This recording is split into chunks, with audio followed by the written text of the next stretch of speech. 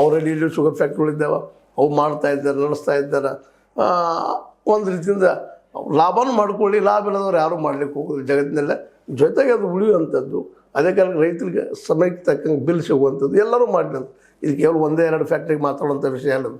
ಯಾಕಂದರೆ ಈಗಾಗಲೇ ಬಿಲ್ ಸಲುವಾಗಿ ರೈತರು ಹೋರಾಟ ಮಾಡ್ತಾ ಇದ್ದಾರೆ ಅನ್ನೋಸೋದು ಅವ್ರ ಗಮನದಲ್ಲಿ ಇದ್ದೇ ಇರ್ತದೆ. ರೈತರ ಬೇಡಿಕೆ ಏನಪ್ಪ, ನಮ್ಮ ಅಟ್ಲೀಸ್ಟ್ 3,300 ಇದ್ದಾರೆ, ಅದನ್ನು 15 ದಿವಸ ಕೊಡೋದು ಕಾನೂನು ಐತಿ. ಅದನ್ನು ಕೊಡ್ಸೋಕೆ ಹಚ್ಚುವಂಥ ಕೆಲಸಗಳು ಸಹಿತ ಆಗಲಿ ಅನ್ನುವಂಥದ್ದು. ಯಾಕಂದ್ರೆ ಕೇವಲ ಇದು ಏನಪ್ಪ ಇವ್ರ ಕೆಲಸ ಅಷ್ಟೇ ಅಲ್ಲ. ಅದು ಇವತ್ತು ಉಸ್ತುವಾರಿ ಆಗಿದ್ದಾರೆ ಸತೀಶ್ ಅವರು, ಅವ್ರದ್ದು ಕೆಲಸ ಇವತ್ತು ಹೆಚ್ಚು ಕಡಿಮೆ 2-3 ನಂಬರ್ದಲ್ಲಿದ್ದಾರೆ ಇವತ್ತು ಕ್ಯಾಬಿನೆಟ್ದಲ್ಲೇ.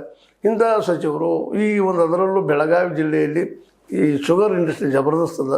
ಅದರಲ್ಲೂ ಉತ್ತರ ಕರ್ನಾಟಕದಲ್ಲಿ ಹೆಚ್ಚು ಕಡಿಮೆ ಮ್ಯಾಕ್ಸಿಮಮ್ ಶುಗರ್ ಇಂಡಸ್ಟ್ರಿಗಳಿದ್ದಾವೆ. ಇಲ್ಲೆಲ್ಲ ಕಡೆಯಿಂದನೂ ಅವ್ರವ್ರ ಪೇಮೆಂಟ್ ಸಮಯಕ್ಕೆ ತಕ್ಕಂಗೆ ಮುಟ್ಟಿಸುವಂಥ ಕೆಲಸವನ್ನು ಮಾಡಿಸುವಂಥದ್ದು, ಶುಗರ್ ಫ್ಯಾಕ್ಟ್ರಿ ಮಾಲೀಕರ ಮೇಲೆ ಒತ್ತಡ ತಂದ ಜನಕ್ಕೆ ಅಂದರೆ ರೈತರಿಗೆ ಬಿಲ್ ಮುಟ್ಟಿಸುವಂಥ ಕೆಲಸ.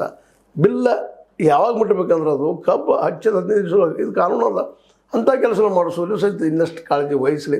ಪಾಸಿಟಿವ್ ಆಗಿ ನಮ್ಮ ಈ ಒಂದು ಏನು ಹೋರಾಟದಿಂದ ಬಂದರು, ಹೇಗೆ ಬಂದರು ಬಂದಿದ್ದಾರೆ, ಇವತ್ತು ಅಲ್ಲಿಡಲಾಗಿದ್ದಾರೆ. ಆದಷ್ಟು ಈಗ ಬಂದ ಮೇಲೆ ಇವತ್ತಿನ ಸೆಕ್ಯೂರಿಟೆಡ್ ಅದರ ಜಾರಕಿಹೊಳಿ ಫ್ಯಾಮಿಲಿ ರಾಜಕೀಯದಲ್ಲಿ ಸೆಕ್ಯೂರಿಟೆಡ್ ಅನ್ನೋದು ಭಾವ ಎಲ್ಲ ಕಡೆ ಅದ. ಅವ್ರನ್ನ ಸೋಲಿಸೋದು ಸುಲಭ ಅಲ್ಲ ಅನ್ನೋಂಥ ಪದ. ಇಂಥ ಸಂದರ್ಭದಲ್ಲಿ ಜನಪರವಾದಂಥ ಕೆಲಸಗಳು ಇನ್ನಷ್ಟು ಆಗಲಿ, ಇನ್ನಷ್ಟು ಜನರೇ ಸಮೀಪ ಹೋಗುವಂಥ ಕೆಲಸಗಳಾಗಲಿ. ಅದೇ ಮೇನ್ ಇರೋದೇನಪ್ಪ, ಇಲ್ಲ ಅಗ್ರಿಕಲ್ಚರ್ನ ಮತ್ತು ಅಗ್ರಿಕಲ್ಚರ್ ಬೇಸ್ಡ್ ಇಂಡಸ್ಟ್ರಿಗಳು ಸಾಕಷ್ಟು ಇದ್ದಾವೆ. ಶುಗರ್ ಇಂಡಸ್ಟ್ರಿಗಳು ಅಂದರೆ ಶುಗರ್ ಫ್ಯಾಕ್ಟ್ರಿಗಳು, ಅದು ನಮ್ಮ